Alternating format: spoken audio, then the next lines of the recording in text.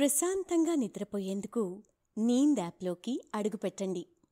ఈ క్షణమే నీంద్ యాప్ను డౌన్లోడ్ చేసుకోండి. ఒత్తిడిని తగ్గించి ప్రశాంతమైన నిద్రలోకి మిమ్మల్ని తీసుకెళ్లే చక్కని కథలు, ధ్యాన పద్ధతులు, ఆహ్లాదకర సంగీతాన్ని మీరు నీంద్ యాప్లో మాత్రమే వినండి. ఇవే కాకుండా పలు రకాల స్లీప్ ప్రోడక్ట్స్ అయిన sleep gummies, milk mix, sleep tea bags గురించిన సమాచారం తెలుసుకోవచ్చు. ఈ ప్రోడక్ట్స్కి మీరు బానిస అయ్యే అవకాశమే లేదు. వీటిని వాడడం వల్ల మీకు ఎటువంటి సైడ్ ఎఫెక్ట్స్ కూడా ఉండవు. సంపూర్ణంగా నిద్రపోయేందుకు ఇవి సహకరిస్తాయి. మీ నిద్రానుభవాన్ని మరింత మెరుగుపరుస్తాయి. అందరికీ నమస్కారం. నేను మీ అనురాధ. ఇప్పుడు రచయిత్రి అమృత సేకరించి పంపిన యక్ష ప్రశ్నలు విందామా? ప్రశ్నలే కాదు, వాటి సమాధానాలు కూడా చెప్పుకుందాంలేండి. అసలు ఈ ప్రశ్నలకి యక్ష ప్రశ్నలు అనే పేరెందుకు వచ్చింది? ఈ ప్రశ్నలు ఎవరిని అడిగారు? మొత్తం ఎన్నుంటాయి ఈ యక్ష ప్రశ్నలు? అసలు దీనికి జవాబిచ్చిన వారెవరు? ఆ సమాధానాలు సరైనవని ఎలా తెలిసింది? ఆ తరువాత ఏం జరిగింది? ఇన్ని ప్రశ్నలకి సమాధానాలు ఈ కథలో విందాం. క్వశ్చన్ పేపర్ లీక్ చేసి మొత్తం 72 యక్ష ప్రశ్నలు ఉంటాయి అని ముందుగానే చెప్పేస్తున్నాను. కాబట్టి మీరు ఓపిగ్గా వినాలి. జాగ్రత్తగా విని మీకు ఎన్ని సమాధానాలు తెలుసో పోల్చుకోవాలి. తెలియకపోతే తెలుసుకోవాలి. తప్పైతే సరిచేసుకోవాలి. దానికి తిన్నది జీర్ణించుకొని నిద్రకి సిద్ధంగా ఉండాలి. మరి దానికోసం సౌకర్యవంతమైన స్థితిలోకి వెళ్దాం. మీకు ఇష్టమైన రీతిలో పడుకుని అన్ని లైట్లను ఆఫ్ చేసి మీ కళ్ళు మూసుకోండి. నెమ్మదిగా గాలి పీలుస్తూ పూర్తిగా లోతైన శ్వాస తీసుకుని వదలండి. ఈ ప్రపంచాన్ని, ఇవాల్టి జ్ఞాపకాలను మెల్లగా పక్కకు నెట్టి నిద్రలోకి క్రమంగా జారుకునే సమయమిది. మరోసారి నెమ్మదిగా గాలి పీలుస్తూ లోతైన శ్వాస తీసుకుని మీ శరీరంలోని ఒత్తిడిని బయటకు వదిలివేయండి. ఇప్పుడు చేయాల్సిందల్లా విశ్రాంతి తీసుకోవడం, సేద తీరటం, మునుపటి స్థితికి రావటం. మీరిప్పుడు మంచం మీదున్నారు. రోజువారీ అలసట నుంచి మీ శరీరం విశ్రాంతి తీసుకుంటున్నట్లుగా మీకు అనిపిస్తుంది. కాళ్ల నుంచి మొదలుపెట్టి మీ అవయవాల్లోని ఒత్తిడిని ఒక్కొక్కటిగా బయటకు పంపించేయండి. మీకోసం అవన్నీ రోజంతా చాలా కష్టపడ్డాయి కాబట్టి వాటికి విశ్రాంతి తీసుకునే అర్హత ఉంది. ముందుగా మీ పాదాల్లో మొదలైన విశ్రాంత అనుభూతి క్రమంగా మీ మోకాలి క్రింది భాగానికి చేరుతుంది. అక్కడి నుంచి మోకాళ్లలోకి ప్రవేశిస్తుంది. ఇప్పుడు మీ కాలి ఎగువ భాగాన్ని విశ్రాంతి తీసుకోనివ్వండి. ఈ విశ్రాంత అనుభూతి క్రమంగా మీ పొత్తి కొడుపు నుంచి వెన్నెముక మీదుగా ఎగువ వీపు వరకు వచ్చి తరువాత ఛాతీలోకి ప్రవహిస్తున్నట్లుగా గుర్తించండి. అక్కడి నుంచి మీ భుజాల్లోకి, తరువాత చేతుల్లోకి, చివరిగా వేలి కొనల వరకు వెళ్తున్నట్లుగా అనుభూతి చెందండి. ఆపై మీ మెడ, తల, ముఖం వరకు ఆ అనుభూతి ప్రవహిస్తుంది. ఇప్పుడు మీ శరీరం మొత్తం ప్రశాంతంగా, రిలాక్స్డ్గా నిద్రకు సిద్ధంగా ఉంది. త్వరలో మీరు చక్కని నిద్రలోకి జారుకుంటారు. డ్రీమ్ ల్యాండ్లో ప్రశాంతంగా ప్రయాణిస్తారు. ఈ ప్రయాణం ఉదయం వరకు కొనసాగుతూ ఉంటుంది. ఓ సినీ కవి అన్నట్లు బతుకంటే బడి చదువా అనుకుంటే అతి సులువా, పొరపడినా పడినా జాల పడదే కాలం మనలాగా, ఒక నిమిషం కూడా ఆగిపోదే నువ్వొచ్చేదాకా. ఆలోచించుకునే వీలు సమయం ఇవ్వకుండా ఎవరైనా ప్రశ్నల వర్షం కురిపిస్తే ఏమిటా యక్ష ప్రశ్నలు అంటాం గదా. ఓసారి యక్షుడు ధర్మరాజుని కూడా ఉక్కిరిబిక్కిరి చేద్దామని 72 ప్రశ్నలు అడిగాడు. వాటికి ధర్మరాజు ఒక్క వాక్యంలో, వీలైతే ఒక్క పదంలోనే సమాధానం ఇచ్చేశాడు. ఇచ్చి మెప్పించాడు. అంత తేలిగ్గా ఎలా ఇచ్చేశాడు? ధర్మరాజుకి అన్నీ అలా ఎలా తెలిసిపోయాయి అంటే, అరణ్యవాసంలో ప్రతిరోజు పాండవులకి పరీక్షాకాలం, జీవిత పాఠాలు నేర్చుకున్న కాలం. వాళ్ళు ఆకలి తీర్చుకోవడానికి తప్పులు చేశారు. పాండవుల అజ్ఞానం కథలో విన్నట్టు తప్పు చేసినా కృష్ణుడి వల్ల నీతి నేర్చుకున్నారు. మరోసారి భీకర రాక్షసులకి ఆహారం అవ్వాల్సి వచ్చింది భీముడికి. అయినా భీముడే ఆ రాక్షసుణ్ణి చంపి ఆ ఊరిని కాపాడాడు అని మనం బకాసురుడి కథలో చెప్పుకున్నాం గదా. ధర్మరాజు ధర్మం తెలిసినవాడైనా జూదం కాదనలేకపోయాడు. క్షత్రియ ధర్మంలో భాగం కనుక అంగీకరించాడు. కానీ ఓడిపోయాడు. అప్పటి ఆన్లైన్ స్కామ్లో మోసపోయేవారికి నీతి కథ అయ్యాడు. అయితే జూదం ఆడి గెలిచి ఉంటే రాజ్యం వచ్చేదేమో కానీ ధర్మం అంత బాగా తెలిసేది కాదేమో. అందుకే ఓ సినీ కవి ఇలా అన్నాడు: అలలుండని కడలేదని అడుగేందుకే తెలివుందా, కలలుండని కనులేవని నిత్యం నిదరోమందా, గతముందని గమనించని నడిరేయికి రేపుందా, గతి తోచని గమనానికి గమ్యం అంటూ ఉందా, వలపేదో వలవేస్తోంది వయసేమో అటు తోస్తుంది, గెలుపంటే ఏదో ఇంతవరకు వివరించే రుజువేముంది, సుడిలో పడు ప్రతి నావా చెబుతున్నది వినలేవా. ధర్మరాజు కూడా తన కుటుంబాన్ని అడవుల పాలు చేసి శాంతి పోగొట్టుకున్నా అడవిలో ధర్మాన్ని అనుభవజ్ఞుల నుంచి నేర్చుకున్నాడు. నల దమయంతుల కథను బృహదశ్వుడి నుంచి విన్నాడు. అక్షవిద్యని సంపాదించుకున్నాడు. పరశురాముడి కథను అకృతవర్ణుడి నుంచి విన్నాడు. పరశురాముడి దర్శనానికి అర్హుడయ్యాడు అని మనం చెప్పుకున్న నీతి కథల్లో మీరు వినే ఉంటారు. ఇవి కాకుండా ఇంకా ఎందరో ఋషులను కలిసి ఎన్నో విషయాలు నేర్చుకున్నాడు. కాబట్టే యక్ష ప్రశ్నలకి సమాధానం ఇచ్చే జ్ఞాన సంపన్నుడు అయ్యాడు.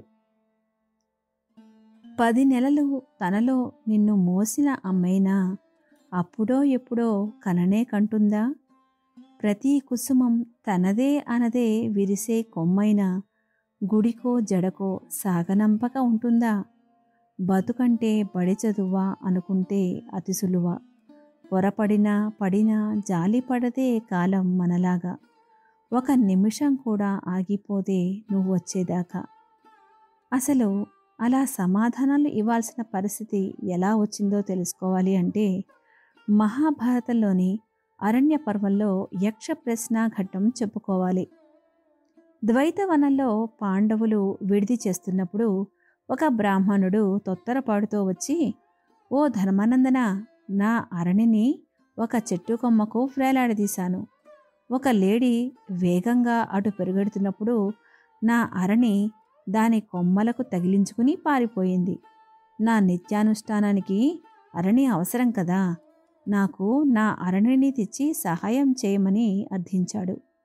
అరణి అంటే వేద పండితులు దాని నుండే అగ్నిని పుట్టించి నిత్యం వైదిక కర్మలు చేస్తుంటారు.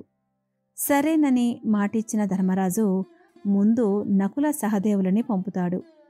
వారు ఎంతసేపైనా తిరిగి రాకపోవడంతో అర్జునుణ్ణి పంపుతాడు. వెళ్ళిన వారు తిరిగి రావట్లేదని భీముణ్ణి పంపుతాడు. ఆపై పనిపై వెళ్ళిన తన సోదరులు ఎంతసేపైనా తిరిగి రాకపోవడంతో ధర్మరాజు స్వయంగా ఏమి జరిగిందని తెలుసుకోవాలనుకుంటాడు. వాళ్ళని వెతుక్కుంటూ వెళ్తాడు. దాహం వేసింది. ఓ సరస్సు వైపు వెళ్ళాడు. అక్కడ దగ్గరలోనే తమ్ముళ్ళందరూ స్పృహ తప్పి పడిపోయి ఉన్నారు. కానీ వారిని అలా చూసిన ధర్మరాజుకి భయం వేసింది. చలనం లేకుండా పడిపోయారు. ఎంత పిలిచినా పలకలేదు. సోదరులను అలా చూసి నోట మాట రాలేదు ధర్మరాజుకి. నీళ్లు తాగుదామని సరస్సులో దిగుతుండగా ఓ యక్షుడి గళం ఓ హెచ్చరికగా మాట్లాడింది. ఓ ధర్మరాజా, నీ సోదరులందరూ ఇక్కడికి నీలానే గొంతు తడుపుకుందామని వచ్చినవారే. కానీ ఏమయ్యారో చూశావుగా.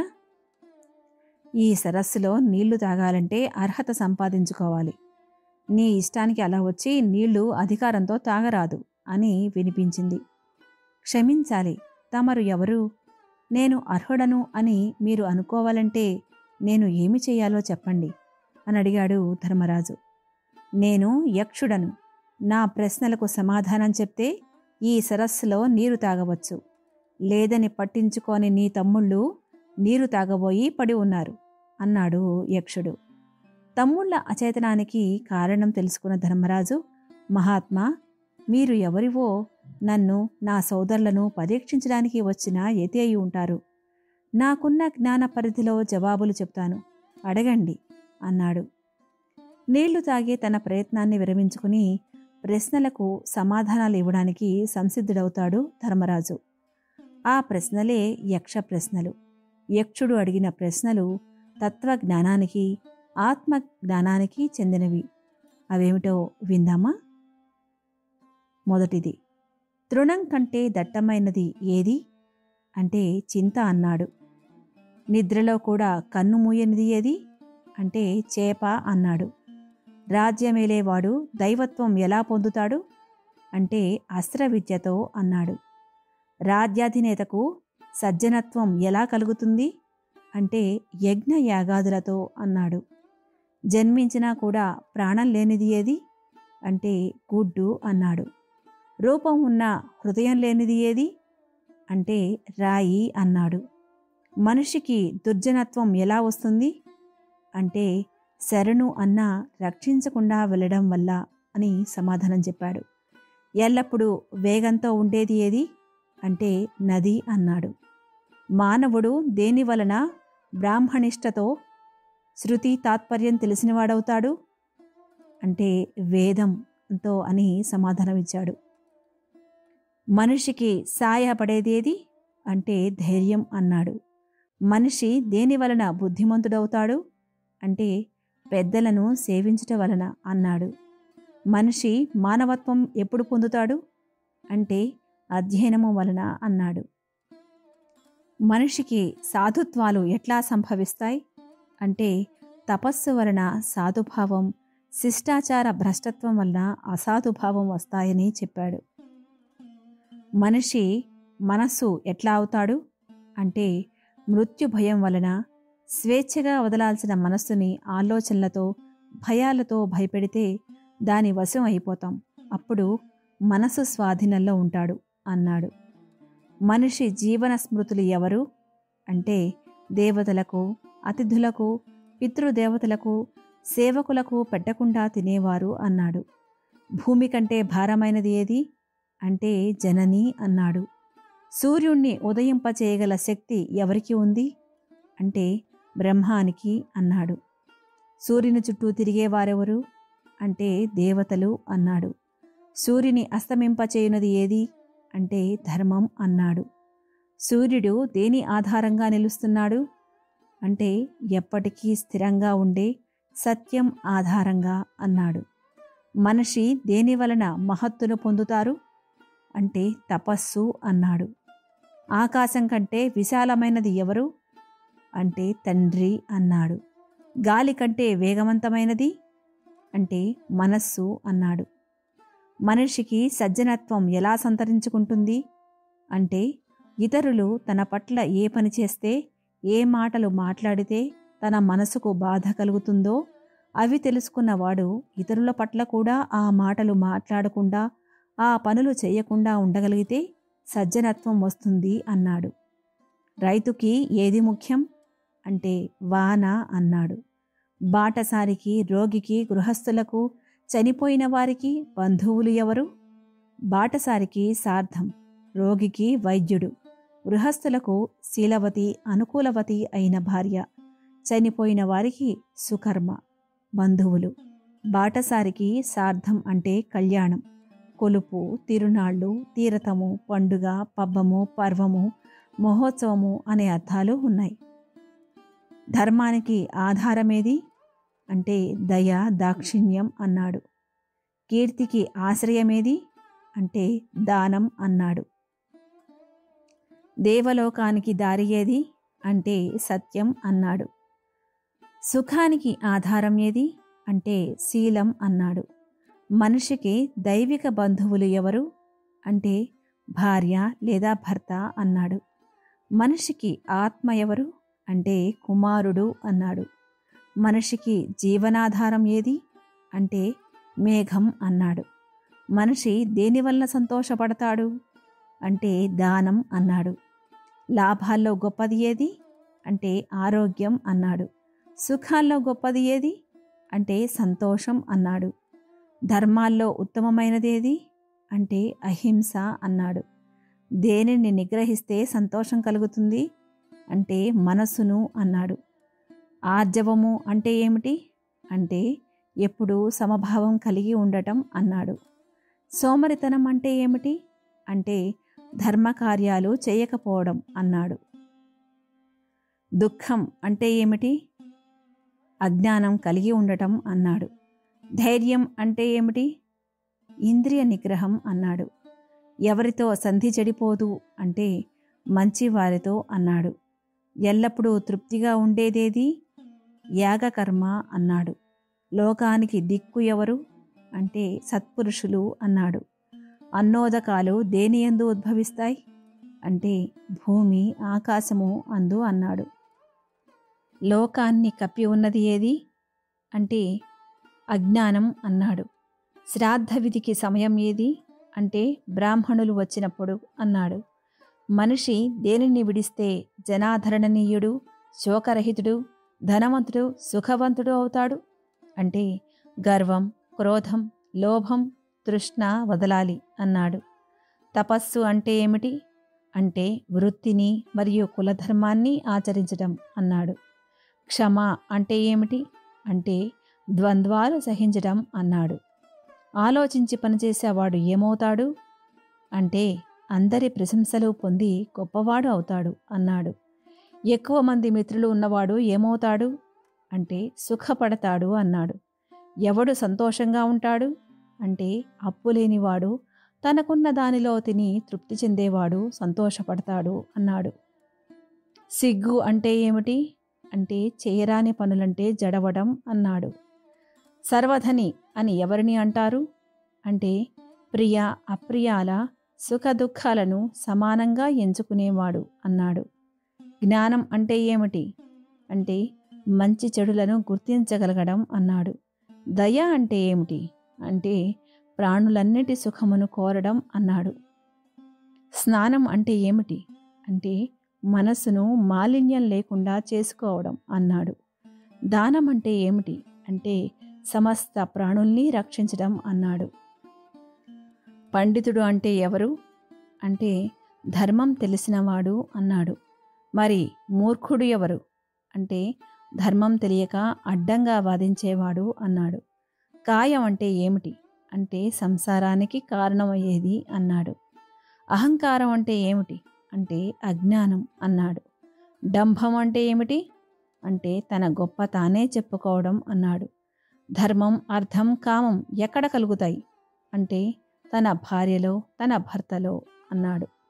నరకం అనుభవించేవారెవరు అంటే ఆశ పెట్టి దానం ఇవ్వనివాడు, వేదాల్ని, ధర్మశాస్త్రాలను, పితృదేవతల్ని ద్వేషించేవాడు, దానం చెయ్యనివాడు అన్నాడు.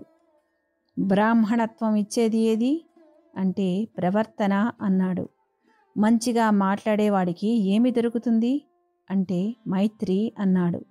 ఏది ఆశ్చర్యం అంటే ప్రాణులు ప్రతిరోజు మరణిస్తూ ఉండటం చూస్తూ మనిషి తానే శాశ్వతంగా ఈ భూమి మీద ఉండిపోతాననుకోవడం అన్నాడు. లోకంలో అందరికన్నా ధనవంతుడు ఎవరు అంటే ప్రియం, అప్రియం, సుఖము మొదలైన వాటిని సమానంగా చూసేవాడు అన్నాడు.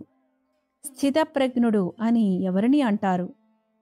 అంటే నిండాస్తులందు కలిమిలేములందు సుఖదుఖాల యందు సమానుడై పొగడ్తలకు పొంగనివాడు, బిరుదులకి లొంగనివాడు, అవమానాలకి కృంగిపోవనివాడు, లభించిన దానితో సరిపెట్టుకున్నవాడు, అభిమానాన్ని విడిచి అరిషట్ వర్గాలను జయించేవాడు, స్థిరబుద్ధి కలవాడై ఎవరైతే ఉంటాడో వాడిని స్థితప్రజ్ఞుడు అంటారు అన్నాడు. ఈ ప్రశ్నలకు వచ్చిన సమాధానాలు విన్న యక్షుడు మాట ఆపేశాడు. భూతదయ కలిగి ఉండడం ఉత్తమ ధర్మం. అది శాశ్వతమైంది. ఈ మనోనిగ్రహమే సంసారం వల్ల ఏర్పడే శోకాన్ని తట్టుకొని అధిగమించే మానసిక స్థైర్యాన్నిస్తుంది, ఆత్మతత్వాన్ని బోధపరుస్తుంది. ఈ మనోనిగ్రహాన్ని సప్త ఋషుల సాంగత్యంతోనే పొందగలం. వీరితో స్నేహాన్ని వీడక జీవితాంతం నిలుపుకోవాలి. ధర్మంలో ప్రీతి భక్తి కలవాడు సద్గతిని పొందుతాడన్న ధర్మరాజులాగా అతని సమాధానం విన్న యక్షుడు అతడి జ్ఞాన సంపదకు ఎంతో సంతోషించాడు. యుధిష్ఠిరుడి ధర్మనిష్ట ఆచరణలో ఏ పాటితో తెలుసుకోవాలన్న ఉత్సుకత కలిగింది యక్షుడికి. ఈ 72 ప్రశ్నలకు సమాధానాలు విన్న యక్షుడు కాసేపటికి, ధర్మనందన, నీ జవాబులు నన్ను ఎంతో ఆనందపరిచాయి. నీ తమ్ములలో ఒకరిని బ్రతికించగలను. నీవు ఎవరిని బ్రతికించాలి అని కోరుకుంటున్నావో చెప్పు అన్నాడు. అప్పుడు ధర్మరాజు, కుంతి, మాద్రి అనే 2 తల్లులు మా 5 పాండవులకి, కుంతి కొడుకులలో పెద్దవాడైన నేను బ్రతికి ఉన్నాను. అలాగే మాద్రి మాత కొడుకులలో పెద్దవాడైన నకులుడు కూడా బ్రతికి ఉండాలని అడిగాను అన్నాడు.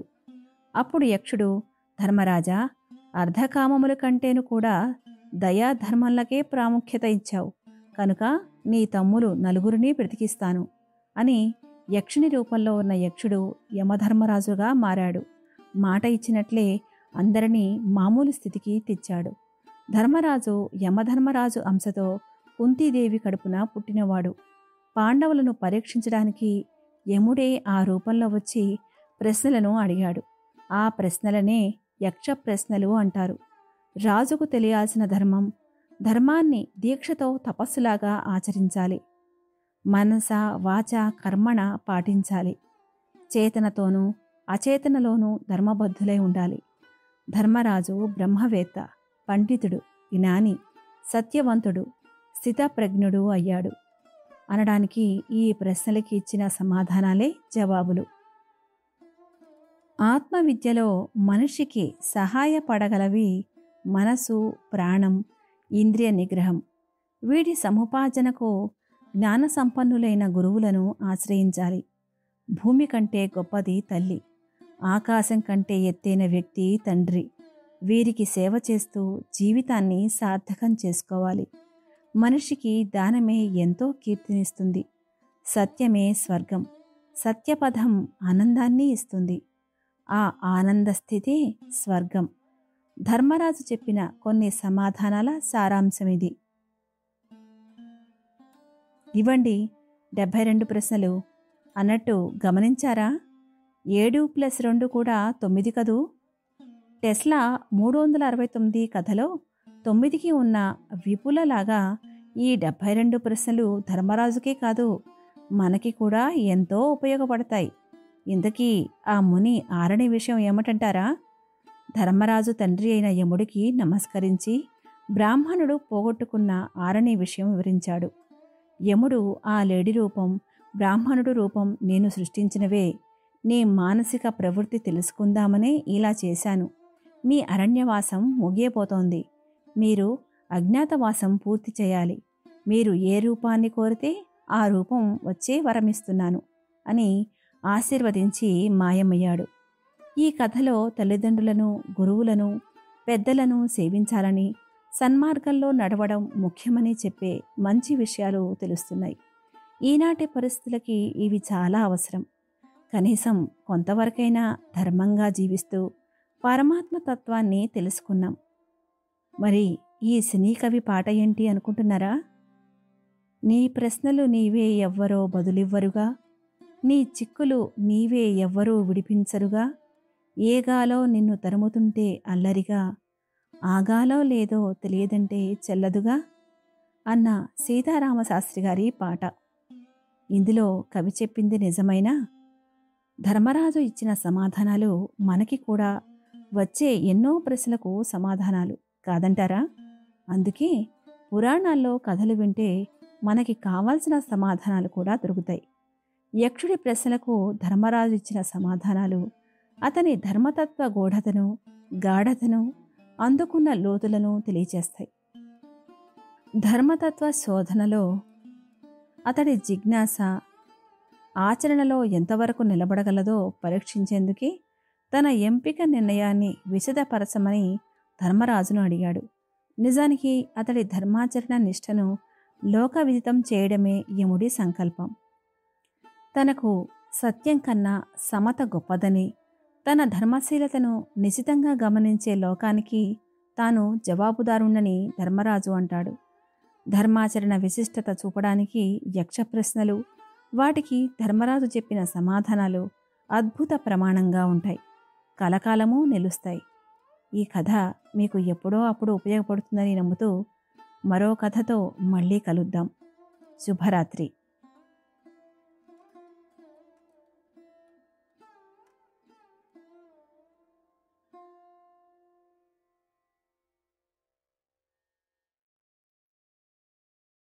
ప్రశాంతంగా నిద్రపోయేందుకు నీంద్ యాప్లోకి అడుగుపెట్టండి.